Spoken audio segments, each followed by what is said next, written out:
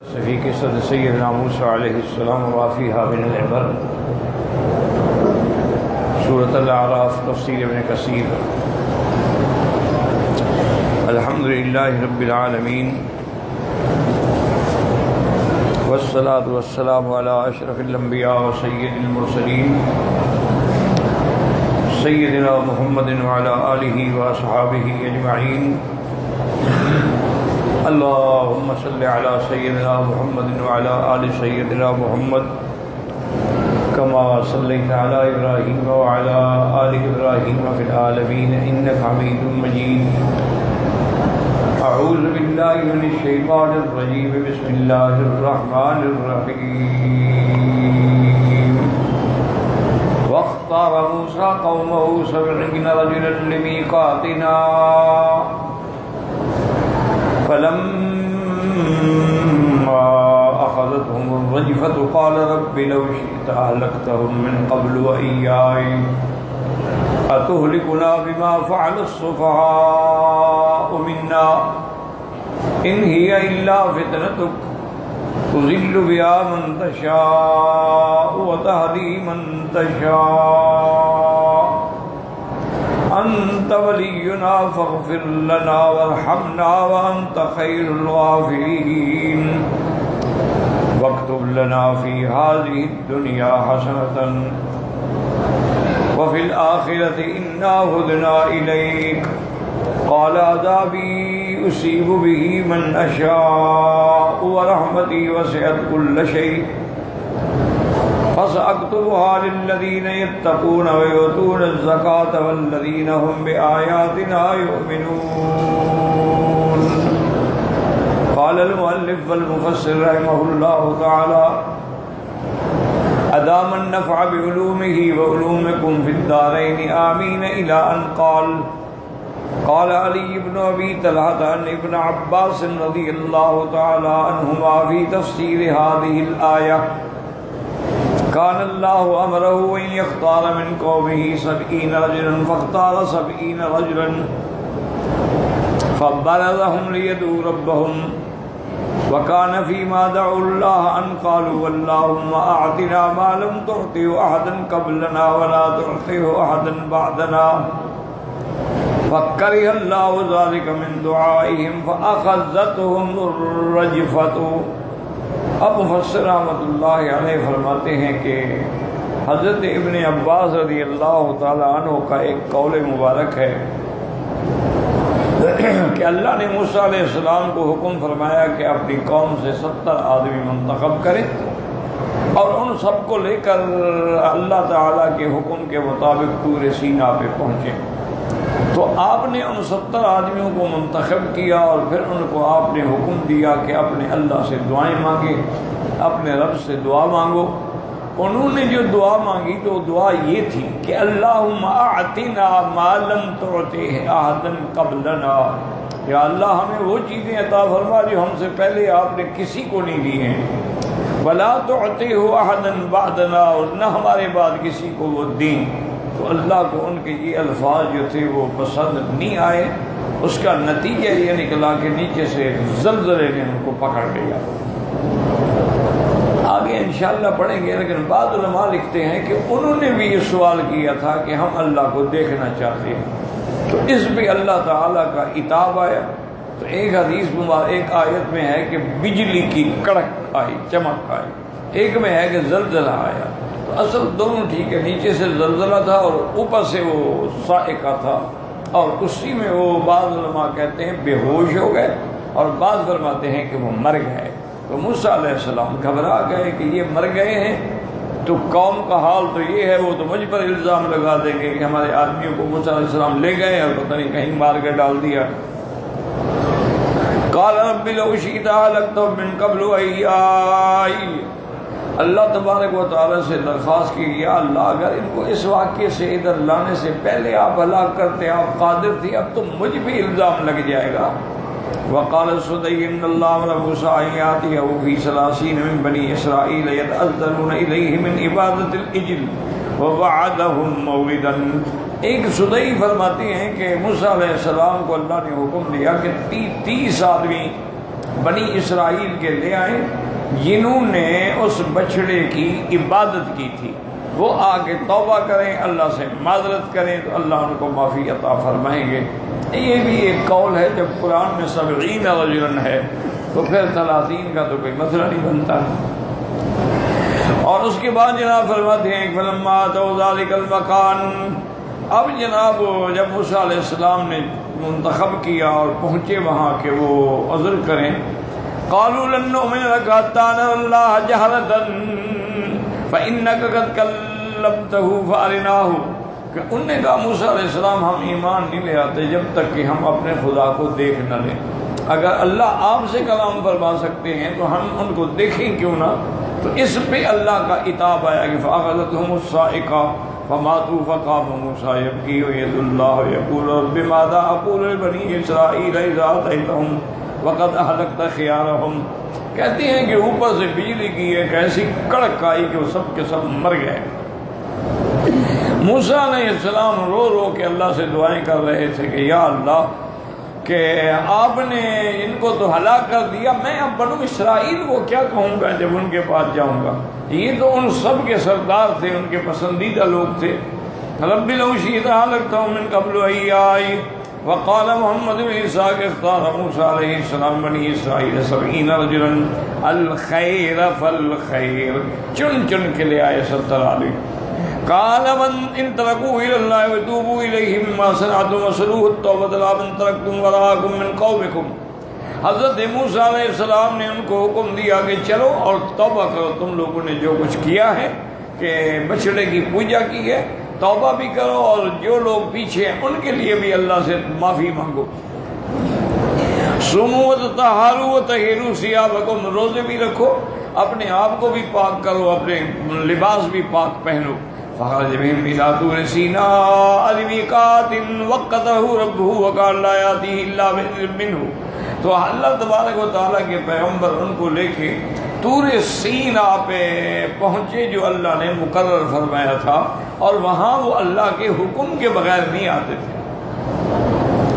وقال له 70 فيما ذكر لي حين صنعوا ما أمرهم به وخرجوا معه لقاء ربه لموسى اطلب لنا نسمع کلام ربنا۔ اب وہ 70 جب حضرت موسیٰ علیہ السلام کے ساتھ گئے اور اس کے بعد انہوں نے کہا کہ موسیٰ علیہ السلام اللہ تبارک و تعالیٰ سے دعا کرو کہ ہم چاہتے ہیں کہ ہم اللہ کا کلام سنیں، کیونکہ اللہ نے آپ سے بھی تو کلام فرمایا ہے اور آپ نے بھی اللہ کا کلام سنا ہے، تو ہم بھی سننا چاہتے ہیں اللہ تعالیٰ کا کلام مبارک جو ہے۔ فقال افعل فلما دنا موسیٰ من الجبل وكان يموت الغمام اذا تغشى الجبل كله ودنا موسى ودخل فيه وقال للقوم ادنوا وكان موسى اذا كلمه الله وقع على جبهة موسى نور ساطع لا يستطيع احد من بني آدم ان ينظر اليه فضرب دونه بالحجاب ودنا القوم۔ اب موسیٰ علیہ السلام جب پہاڑ کے قریب طور سینا کے قریب پہنچے تو وہاں ایک ایسا بادل، جیسے ایک ستون کی طرح ایک بادل کھڑا تھا، اور وہاں آپ کے جانے کے اور دیکھنے کے بعد جو ہے اس نے سارے پہاڑ کو اس بادل نے ڈھانپ لیا تھا۔ اب موسیٰ علیہ السلام قریب ہوئے اور اس یعنی بادل کے اس اندھیرے میں اندر چلے گئے۔ وقال للقوم ادنوا، قوم سے بھی کہا کہ تم بھی آ جاؤ۔ وکان موسیٰ اذا کلمہ اللہ وقع علی جبہۃ موسیٰ نور ساطع، اور جب اللہ تبارک و تعالیٰ موسیٰ علیہ السلام سے کلام فرماتے تھے آپ کی پیشانی پہ ایک بالکل عظیم شان نور چمکتا تھا۔ لا يستطيع احد من بنی آدم ان ينظر الیہ، کوئی دیکھ ہی نہیں سکتا تھا۔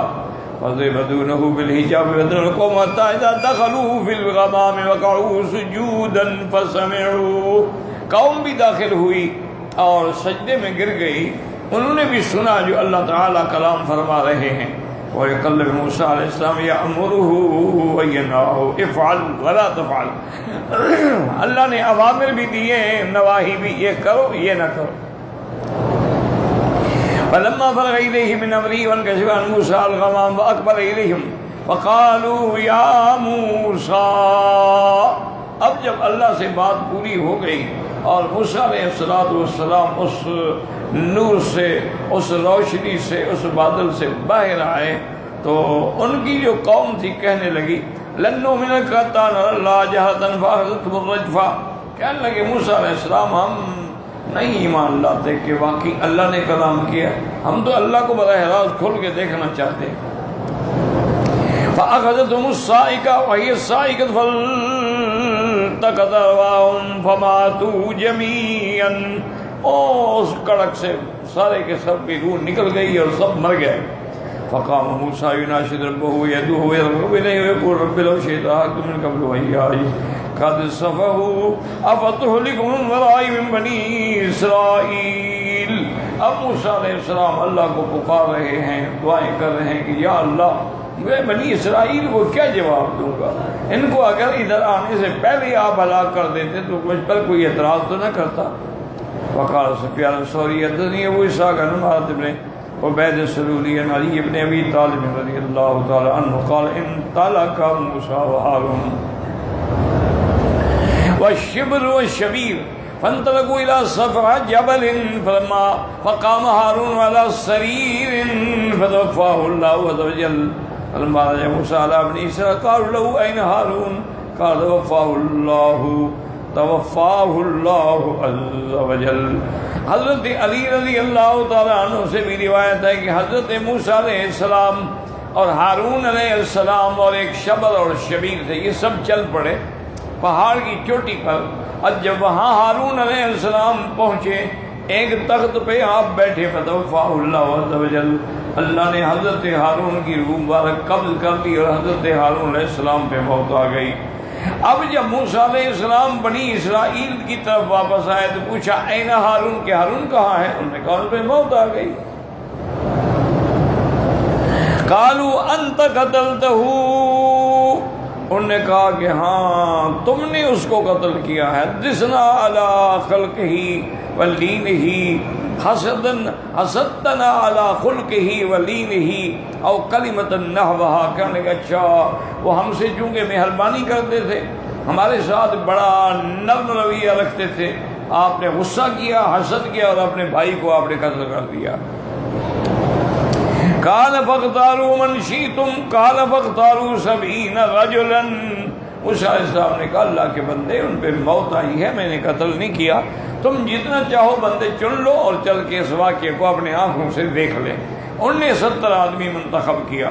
فاختار موسیٰ قوم 70 رجلا فلما انتهوا الیہ قالوا یا ہارون من قتلک قال ما قتلنی احد ولکن توفانی اللہ۔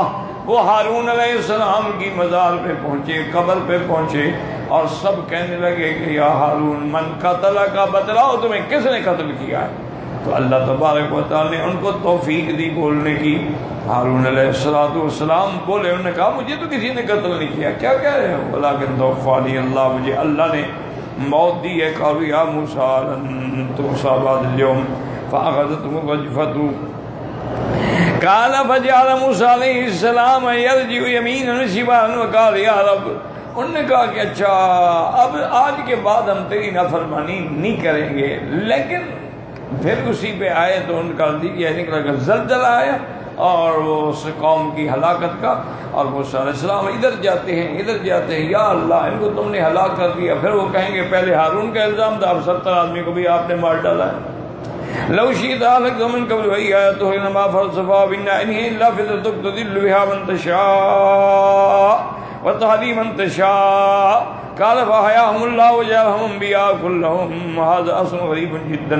کہتے ہیں کہ اللہ نے پھر ان کو بھی زندہ کر دیا اور سب کو نبی بھی بنا دیا، لیکن یہ ناقابل اعتبار روایت ہے کہ کون سا اچھا کام کیا تھا کہ اس کا انعام ملا کہ ان کو نبوت بھی مل گئی۔ وہ اتنا ہے کہ معافی مل گئی، اللہ نے ان کو زندہ کر دیا۔ اب کہتے ہیں عمارت ابن عبد ھذا لا عارف، اس میں جو راوی عمارہ ہے اس کا پتہ نہیں، مجہول ہے۔ وقد رواه شعبہ نبی اسحاق عن رجل من بني سلول عن علی فذكره وقال انهم اخذتهم الرجفة لانهم لم يزالوا قومهم فی عبادتہم العجل ولا نہرہم، ان کو اس زلزلے نے پکڑا، اور کیونکہ انہوں نے بھی اپنی قوم کو اس بچڑے کی عبادت کرنے سے روکا ہی نہیں تھا۔ وَيُوَجِّهُ هَذَا الْقَوْلُ بِقَوْلِ مُوسَىٰ عَلَيْهِ السَّلَامُ تُهْلِكُنَا بِمَا فَعَلَ السُّفَهَاءُ مِنَّا، کہ ہمارے ان بنی اسرائیل کے پاک بے وقوف لوگوں نے بچڑے، ان کی وجہ سے ساری قوم کو اللہ اب ہلاک کرتے ہیں۔ ان ہی الا فتنتک ای ابتلاؤک و اختبارک و امتحانک، یہ تیرے طرف سے ایک امتحان ہے کہ ایک آزمائش ہے۔ قال هو ابن عباس وسيد بن العاذ ربي ونسن غير واحد من علماء السلف والخلف ولا مانع له غير ذلك، اور یہی بات حق ہے۔ يقول ان الامر الا امرك ان الحكم الا لك فما شئت كان تذل من تشاء وتهدي من تشاء ولا هادي لمن اضللت ولا مضل لمن هديت ولا معطي لمن منعت ولا مانع لما اعطيت۔ اب فرماتے ہیں کہ انہوں نے عرض کیا کہ یا اللہ ان الامر الا امرک، صرف تیرا حکم ہے اور صرف تیرا حکم ہے، آپ جو چاہیں ہوگا۔ اس کے بعد تذل من تشاء، جس کو چاہیں گمراہ فرما دیں اور جس کو چاہیں ہدایت عطا فرمائیں۔ ولا ہادی لمن اضللت، اس کو کوئی ہدایت نہیں دے سکتا جس کو آپ گمراہ کر دیں۔ ولا مضل لمن ہدیت، اور اس کو کوئی گمراہ نہیں کر سکتا جس کو آپ ہدایت دے دیں۔ ولا معطی لمن منعت، اور اس کو کوئی دے نہیں سکتا نعمت جس کو نعمتیں آپ منع کر دیں۔ ولا مانع لما اعطیت، نہ کوئی روک سکتا ہے جس کو آپ دینا چاہیں۔ فالملک کلہ لک، سب ملک تیرا ہے۔ والحکم کلہ لک، حکم بھی تیرا، ملک بھی تیرا۔ لہ الخلق الخلق والامر، یہ مخلوق بھی تیری ہے اور اس پہ حکم بھی تیرا ہے۔ انت ولینا فاغفر لنا وارحمنا وانت خیر الغافرین۔ کہتے ہیں کہ غفر کا معنی کیا ہے؟ مغفرت کا معنی کرنا ہے الغفر هو الستر، یعنی کسی پر پردہ ڈالنا۔ وترک المؤاخذۃ بالذنب، اور اس کے گناہ پہ اس کو سزا نہ دینا اور رحمت کرنا۔ اذا قرنت مع الغفر يراد بها ان لا يوقعه في مثله في المستقبل، جب رحمت اور مغفرت دونوں جمع ہو جائیں تو اس میں یہ بھی اشارہ ہوتا ہے کہ یا اللہ آئندہ مستقبل میں بھی ہم پہ کوئی ایسا امتحان نہ گزرے۔ وانت خیر الغافرین، اے لا یغفر الذنب الا انت، واکتب لنا فی هذه الدنیا حسنة وفی الآخرہ۔ الفصل الاول من الدعاء دفع المحظور وهذا لتحصیل المقصود، پہلے جو دعا مانگی تھی وہ تو یہ تھی نا کہ اللہ ہمیں مصیبت سے بچا، فتنے سے بچا، ابتلا سے بچا۔ اب دعا کا دوسرا حصہ جو ہے وہ تحصیل مقصود کے لیے کہ ہمیں یہ بھی عطا فرما، یہ بھی عطا فرما۔ واکتب لنا فی هذه الدنیا حسنة وفی الآخرہ، اے اوجب لنا واثبت لنا فیہما حسنة، دنیا و آخرت میں ہمارے لیے بھلائیاں عطا فرما دے۔ وقد تقدم تفسیر الحسن فی سورۃ البقرہ۔ انا ہدنا الیک، اے تبنا ورجعنا وانبنا الیک، یا اللہ ہم نے توبہ کی، تیری طرف لوٹے ہیں۔ اور اس کے بعد قال ابن عباس وسعید بن مجاہد وابو العالیہ اسحاق ابراہیم التیمی وسدی وقتادہ وغیر واحد وكذلك لغہ۔ وقال ابن جرير حدثنا وكيع قال حدثنا ابي عن شريك عن جابر بن عبد الله بن يحيى عن علي رضي الله تعالى عنه قال انما سميت اليهود لانهم قالوا انا هدنا اليك۔ جابر هو ابن يزيد الجوفي ضعيف۔ اب فرماتے ہیں کہ حضرت علی نے فرمایا کہ یہ یہود جو ہے نا، ان کو یہود اسی لیے کہا گیا کہ ان نے کہا تھا کہ انا ہدنا الیک، یا اللہ ہم تیری طرف لوٹے ہیں، اسی وجہ سے ان کا نام بھی یہود ہو گیا۔ لیکن اس اثر کے اندر بھی ایک راوی ہے یزید الجوفی جو ضعیف ہے، واللہ اعلم۔ اصل بات یہ ہے میرے محترم بزرگوں کہ ہر امت میں اللہ رحم کرے، اللہ رحم کرے، یعنی یہی حالات۔ اب دیکھیں کہ بنو اسرائیل نے کتنے عذاب جھیلے ہیں کہ 70,000 بچہ ان کا ذبح کر دیا فرعون نے۔ ان کی عورتوں کو اپنے اور اپنی قوم کے گھروں میں کام کرنے کے لیے مخصوص کر دیا، اور اس کے بعد جتنے گھٹیا قسم کے کام تھے وہ سارے کے سارے بنی اسرائیل کے ذمہ لگا دیے، اور اس کے بعد ان کو کچھ بھی نہیں ملتا تھا ماں سوائے قوت لا یموت کے، کہ اتنا کھانا دے دو جو کھائیں اور زندہ رہیں، بس اس سے علاوہ کچھ بھی نہیں ملتا تھا۔ اور اگر کوئی غلطی کرتا تھا تو ان کو دیواروں میں چنوا دیتا تھا، ان کے ہاتھ پاؤں میں میخیں ڈال دیتا تھا، اسی لیے فرعون ذی الاوتاد کہا گیا۔ موسیٰ علیہ السلام آئے، انہوں نے فرعون کا مقابلہ کیا، فرعون نے ان کو جادوگر کا الزام لگایا اور مقابلے میں جادوگر بلائے، لیکن جادوگر سب کے سب سمجھ گئے کہ یہ معجزہ ہے، سجدے پہ گر گئے، ایمان لے آئے۔ فرعون ناکام ہو گیا، ہار گیا، کچھ بھی اس کے پلے میں نہیں رہا۔ اب اس کے بعد بنو اسرائیل کو نجات بھی دیا، موسیٰ علیہ السلام لے کے چلے۔ اب آگے دریا آ گیا، اللہ نے موسیٰ علیہ السلام کو جو عصا دیا تھا اس نے عصا مارا، اللہ کے حکم سے راستے بن گئے، پوری قوم باعزت سلامتی سے نکل گئی۔ اتنے معجزات دیکھنے کے بعد بھی کہنے لگے، دیکھا کہ کچھ لوگ جو ہیں وہ دیوی دیوتا کی پوجا کر رہے ہیں، اجعل لنا الہا، ہمیں بھی ایسے خدا بنا دو۔ یہ قومیں ہیں ہی ایسے، انا للہ و انا الیہ راجعون۔ اب اس کے بعد موسیٰ علیہ السلام جب میقات پہ گئے تو سامری نے ایک بچڑا بنایا سونے چاندی کو پگھلا کر، اور اس میں وہ مٹی ڈال دی جو حضرت جبریل علیہ السلام کے پاؤں کی مٹی تھی، اس کے اندر آواز آنے لگی، آواز آتی تھی یعنی جیسے گائے کے بچے کی آواز ہوتی، اجلن جسدا لہ خوال، خوال کہتے ہیں گائے کی آواز کو۔ اب جناب یہ ہے کہ اس نے کہا کہ ھذا الہکم و الہ، یہ خدا ہے تمہارا بھی۔ موسیٰ علیہ السلام کو تو بھول کے ادھر چلے گئے۔ اب جناب قوم اس کی عبادت کرنا شروع ہو۔ حضرت ہارون علیہ السلام نے منع کیا، سب کچھ فرمایا، لیکن نہیں مانا۔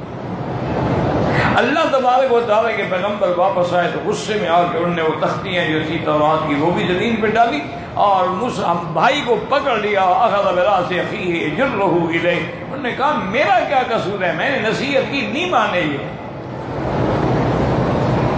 اب موسیٰ علیہ السلام نے اللہ سے عرض کیا کہ یا اللہ یہ ان کی کوئی توبہ، انہوں نے کہا ہے توبہ کا حل یہ ہے کہ فقتلوا انفسکم، اپنے آپ کو قتل کرو، یہ تمہاری توبہ۔ ہزاروں بندے اپنے آپ کو قتل کر گئے، پھر اللہ نے منع کر دیا، باقی جو تھے وہ بچ گئے۔ اب موسیٰ علیہ السلام کو اللہ نے حکم دیا کہ کوہ طور پہ آئیں اور 70 آدمی اپنے ساتھ لے آئیں، جو آ کے معذرت کرے، توبہ کرے، اللہ سے درخواست کرے، اللہ سے دعائیں مانگے، اللہ رحم کریں گے۔ تو یہ چنی ہوئی قوم 70 بندہ جو چن کے لے گئے تھے وہ بھی اکڑ گئے کہ جی ہم تو ایمان نہیں لے آتے جب تک خدا کو ہم دیکھ نہ لیں۔ تو نتیجہ کیا نکلا کہ وَأَخَذَتْهُمُ الصَّاعِقَةُ، بجلی نے پکڑ لیا، سب کے سب مر گئے۔ اب موسیٰ علیہ السلام اللہ کے آگے روئے، یا اللہ یہ بدبخت مر گئے تو میں قوم کو کیا جواب دوں؟ اللہ نے ان کو زندہ کر دیا۔ انہوں نے کہا جی اب ہم آپ کی نافرمانی نہیں کریں گے، لیکن اسی طرح نافرمانی کریں۔ یہ ہر قوم میں یہ مصیبت ہے۔ اب دیکھیں کہ حضور صلی اللہ علیہ وسلم رحمت دو عالم، رحمت دو جہاں، سید الاولین والآخرین، خاتم الانبیاء والمرسلین، حضور پاک کی عظیم شان، یعنی آپ کی پوری زندگی مکے والوں کے سامنے ہے۔ حضور مکے میں پیدا ہوئے، آپ کی رضاعت جو ہے وہ بنو سعد میں ہے، پھر آپ کا بچپن مکے میں گزرا، آہستہ آہستہ جوانی مکے میں آئی، بناء کعبہ میں حضور قریش کے ساتھ شریک ہو کے پتھر اٹھاتے رہے اور کعبہ بناتے رہے۔ حضور کی شادی مکے میں ہوئی اور سب سے پہلی خوش نصیب بی بی سیدہ خدیجہ الکبریٰ رضی اللہ تعالی عنہا تھی۔ ابو طالب آپ کے چچا نے خطبہ پڑھا اور نکاح ہوا۔ یہ ساری چیز کفار مکہ کے سامنے، حضور کی صداقت، دیانت، امانت سب کے سامنے، لیکن جب اللہ کے نبی نے توحید کی دعوت دی سارے بگڑ گئے۔ جب آپ نے کہا کہ یا ایھا الناس قولوا لا الہ الا اللہ، لوگوں میں نے اس لیے بلایا ہے کہ اقرار کرو کہ اللہ کے سوا کوئی معبود برحق نہیں، کوئی مشکل کشا نہیں، کوئی حاجت روا نہیں، کوئی نفع نقصان کا مالک نہیں۔ تو اتنے بگڑے کہ آپ کا چاچا ہے بدبخت ابی لہب جو ہے، کہنے لگا لہذا جماعتنا تبا لک سائر اليوم، تمہارے لیے ہلاکت اسی لیے بلایا تھا ہمیں۔ اللہ نے قرآن نازل کیا کہ تم نے تو ایک دفعہ کہا ہے نا قیامت تک قرآن پڑھا جائے گا کہ تبت یدا ابی لہب وتب، لیکن پھر بھی نہیں مانے، پھر بھی سمجھ نہیں آیا۔ ابی لہب نے غصے میں آ کے، ابی لہب کے دونوں بیٹے جو تھے نا ان دونوں کے گھر میں حضور کی بیٹیاں تھیں، رخصتی نہیں ہوئی تھی، نکاح ہو گئے، اور اس زمانے میں کافروں سے نکاح کرنا جائز تھا۔ یہ بعد میں حکم آیا کہ کوئی مسلمان عورت کسی کافر سے نکاح نہیں کر سکتی، اور کوئی کافر کسی مسلمان عورت سے نکاح نہیں کر سکتا۔ یعنی قوم نے اتنی گستاخی کی کہ ابی لہب نے اپنے بیٹے سے کہا کہ جاؤ اور حضور کے منہ پہ کھڑے ہو کے طلاق بھی دو اور تھوک کے آؤ، نعوذ باللہ۔ اس بدبخت نے ایسا کیا، حضور صلی اللہ علیہ وسلم پہ غم کے پہاڑ ٹوٹ پڑے، جن کی بیٹیوں کو طلاق ہو جائے،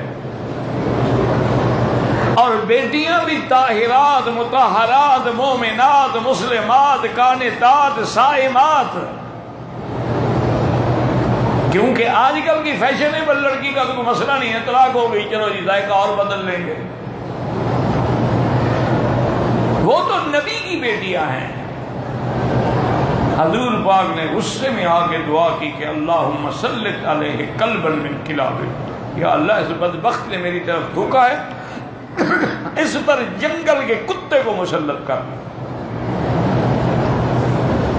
تجارت پہ شام جا رہے تھے، اس کو پتا تھا کہ اللہ کے نبی نے بد دعا کی ہے اور حضور کی بد دعا لگے گی،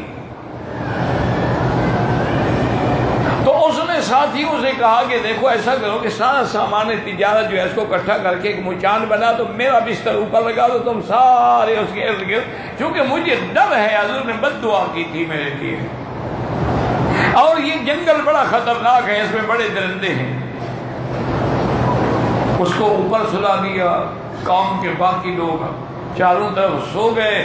جب رات بالکل ڈھل گئی، نیند میں ڈوبے تو شیر نکلا جنگل سے، اس نے آ کے سب کو سونگا، لیکن سمجھ گیا کہ ان میں وہ گستاخ رسول نہیں ہے۔ کافر ہونا الگ بات ہے، گستاخ ہونا الگ بات ہے۔ گستاخ کے اندر ایک بدبو اللہ پیدا کر دیتے ہیں، جیسے ماننے والوں کے اندر اللہ ایک خوشبو پیدا کر دیتے ہیں۔ اب اس نے دیکھا اور تھوڑی دیر پیچھے گیا اور دوڑ کے آیا اور جمپ کیا اور سیدھا اونچان کے اوپر گیا تو بدبخت لیٹا ہوا تھا، جا کے ٹکڑے ٹکڑے کر دیا۔ حضور کی دعا پوری ہو گئی، یہ بھی مکے والوں نے دیکھ لیا لیکن پھر بھی نہیں مانے۔ حضور جب معراج میں تشریف لے گئے، آپ نے ساری باتیں بتائیں، پھر بھی نہیں مانے۔ پھر کیا کیا، وفد بنا کے اکٹھے ہو کے حضور کی خدمت میں آ گئے اور کہنے لگے کہ یا رسول اللہ ہم تب مانیں گے کہ ہم آپ سے پوچھتے ہیں مسجد الاقصی اور ان کی علامات، کہ اس کے کتنے دروازے ہیں، کون سا دروازہ کس طرف ہے، محراب کس طرف ہے، کتنے مینار ہیں، کتنے اونچے ہیں، اگر آپ سچے ہیں تو ہمیں یہ بتائیں۔ حضور فرماتے ہیں کہ انی قربت قربۃ، مجھے بڑی تکلیف ہوئی کہ میں وہاں اللہ کے حکم سے معراج پہ جا رہا تھا، میں دروازے گننے گیا تھا، یہ کیا مجھ سے پوچھ رہے ہیں؟ اب آپ لوگ عمرے پہ آئے ہوئے ہیں، آپ کو پتا ہے کہ حرم کے کتنے دروازے ہیں؟ آپ کو پتا ہے کہ باب ام ہانی کہاں ہے، باب الفتح کہاں ہے؟ کوئی آدمی اس لیے تو نہیں آتا نا کہ دروازے گنے۔ اللہ نے جبریل علیہ السلام کو بھیجا کہ لا تحزن یا محمد، حضور کیوں غم کرتے ہو؟ میں اگر معراج کرا سکتا ہوں تو اللہ نے اپنی قدرت سے پوری مسجد اقصی اٹھا کے حضور کے سامنے کر دی، کعبے کی دیوار میں گویا کہ فوٹو آ گیا۔ انہوں نے فرمایا ان سے کہو جو پوچھتے ہیں دیکھتے جائیں، جواب دیتے جائیں۔ وہ جو پوچھتے گئے حضور بتاتے گئے، اب جناب ناکام ہو گئے کہ حضور تو صحیح بات بتا رہے ہیں، اب تو مان لینا، پھر بھی نہیں مان۔ کہنے لگے اچھا حضور ایک بات اور بتائیں کہ ہمارا ایک قافلہ گیا ہوا ہے شام کی طرف تجارت کی سامان لانے کے لیے، اگر آپ اسی راستے سے آپ اسرا میں گئے، تشریف لے گئے ہیں، تو کیا ہمارے اس قافلے کو دیکھا تھا کہ وہ کہاں ہے اور مکے میں کب پہنچے گا، کتنے دن کے بعد پہنچے؟ وہ بدبختو قافلہ تمہارا ہے، حضور تمہارا قافلہ دیکھنے گئے تھے؟ کہ نہیں، ضد ہے۔ حضور نے فرمایا کہ ہاں میں نے قافلہ دیکھا تھا، وہ قافلہ فلاں جگہ تھا، اور میری براق کی برق رفتاری کو دیکھ کے اس کا ایک اونٹ جو ہے وہ دوڑ پڑا تھا، اور اونٹ پہ جو آدمی بیٹھا تھا تمہارا وہ گر گیا، اس کی ٹانگ بھی ٹوٹ گئی، وہ لنگڑا بھی آ رہا ہے، قافلہ بھی آ رہا ہے، اور فلاں دن تمہارا یہ قافلہ مکے میں پہنچے گا۔ کہنے یاد دیکھتے ہیں، انتظار کرتے ہیں، اگر واقعی قافلہ پہنچ گیا تو پھر تو سوچنا پڑے گا اسلام لانے کے لیے، اسی دن قافلہ پہنچ گیا، پھر بھی پھر گئے۔ یعنی ہر معجزہ اپنے آنکھوں سے دیکھا لیکن پھر گئے۔ ابو جہل نے کہا حضور اگر آپ بتا دیں نا کہ میرے ہاتھ میں کیا ہے تو میں کلمہ پڑھ لوں گا۔ حضور نے میں کیا سوال کر رہے ہیں، سوال تو میری شان کے مطابق نہیں ہے، یہ تو بچے بھی کھیلتے ہیں کہ کتنا ہے، کیا ہے، شفا ہے، وتر ہے۔ اگر تیرے ہاتھ میں جو کچھ ہے وہ بتا دے کہ میں کون ہوں تو پھر کلمہ پڑھو گے؟ اس نے کہا بالکل یا رسول اللہ۔ حضور نے اشارہ کیا تو کنکری نے پڑھا اشہد ان لا الہ الا اللہ واشہد ان محمد رسول اللہ۔ دیکھ کے کہنے لگا اچھا مجھے پتہ نہیں تھا کہ پتھروں پر بھی آپ کا جادو چلتا ہے، اس کا کیا علاج؟ آج بھی یہی عالم ہے، یعنی آپ سارا قرآن پڑھ جائیں، سیاستہ کی ساری حدیثیں سنا دیں، خلفاء راشدین کا سارا عمل دکھلا دیں، بھی ان سب میں میلاد کا ذکر نہیں ہوگا۔ نہیں جناب، میلاد کے بغیر تو آدمی مسلمان ہی نہیں ہوتا، مانتے پڑے اسی طرح اکڑے ہوئے۔ انا للہ و انا الیہ راجعون۔ ان کو کہیں کہ بھائی ساری ہمارا ایمان ہے کہ جیسے حضور سے افضل کوئی نہیں، حضور کی قبر سے کائنات میں کوئی قبر شان والی نہیں، حضور کا مدینہ بھی شان والا، روضہ بھی شان والا، قبر بھی شان والی۔ کیا کوئی جرت کر کے دکھا سکتا ہے کہ حضور کی وفات کے بعد کسی صحابی نے، آپ کے اہل بیت نے، کسی نے آ کے حضور کی قبر پہ سجدہ کیا ہو؟ نہیں دکھا سکتے۔ لیکن او جی ہم تو جو سجدہ کرتے ہیں نا پیروں کی قبر پہ، یہ تو تعظیم کے لیے کرتے ہیں جی، یہ عبادت سمجھ کے تو ہم نہیں کرتے ہیں۔ دیکھو نا جی فرشتوں نے بھی تو آدم کو سجدہ کیا تھا نا، مولوی صاحب اگر ہم قبر پہ سجدہ کرتے ہیں یہ بھی تو اولاد آدم کے ولی ہیں۔ اتنا بھی نہیں سمجھتے بدبخت کہ آدم کو جو سجدہ ہوا تھا اللہ نے حکم دیا تھا یا فیصلے فرشتوں نے سجدہ کیا تھا؟ اللہ نے حکم دیا قُلْنَا لِلْمَلَائِكَةِ اسْجُدُوا لِآدَمَ، اگر تمہیں بھی اللہ نے حکم دیا تو کرو، پھر کون ہے تمہیں روکنے والا؟ تمہیں تو اللہ نے یہ حکم دیا کہ لا تسجدوا للشمس ولا للقمر، کسی چاند اور سورج کو، کسی چمکتی چیز کو کبھی سجدہ نہ کرو، فاسجدوا للہ الذی خلقہن، اس ذات کو سجدہ کرو جس نے ساری کائنات کو پیدا کیا۔ لیکن نہیں مانتے۔ رمضان المبارک میں 9 دن یا 10 دن کا اعتکاف ہوتا ہے، یہ مزاروں میں جا کے 9 راتیں بیٹھتے ہیں، اللہ کے حج میں قران ہو یا تمتع ہو، قربانی بکری دینی پڑتی ہے مینا میں، یہ بھی قبر میں جا کے ماشاءاللہ اٹا گٹا ذبح کرتے ہیں۔ چونکہ کعبۃ اللہ پہ غلاف چڑھایا جاتا ہے، یہ بھی پیر صاحب کی مزار پہ غلاف چڑھاتے ہیں۔ چونکہ کعبۃ اللہ کو بھی سال میں عرق گلاب سے دھویا جاتا ہے، یہ بھی پیر صاحب کی قبر کو عرق گلاب سے غسل دیتے ہیں۔ چونکہ کعبے کے دروازے پہ سونا لگا ہے اور پرنال مبارک بھی سونے، انہوں نے بھی پیروں کی مزار پہ سونا لگایا ہے۔ کوئی ایک بات ہے، یعنی انہوں نے تو شرک کی انتہا کر دی ہے۔ لیکن سوال ہی پہ قرآن سنا ہو تو کہیں گے جی وہابی ان کو کیا پتا ہے، اندر کی باتیں جو ہے نا، قرآن کا ایک ظاہر ہوتا ہے ایک باطن ہوتا ہے، ان کو تو ظاہر شریعت کا پتہ ہے، باطن کا پتہ تو ہمارے بزرگوں کو ہے، ہمارے پیروں کو ہے۔ انا للہ و انا الیہ راجعون ولا نقول الا لا حول ولا قوة الا باللہ العلی العظیم۔ دعا کریں اللہ ہدایت دے۔ بس میں تو ہمیشہ دعا کرتا ہوں، سچی بات ہے کہ اللہ یہ بیچارے بھی تیرے نبی کی محبت میں آ کے غلو میں پڑ گئے ہیں اور راستہ سنت والا چھوڑ کے بدعت کا اختیار کر لیا ہے، ان کو ہدایت عطا فرما، ہدایت عطا فرما دے اور صراط مستقیم پر ان کو چلا دے۔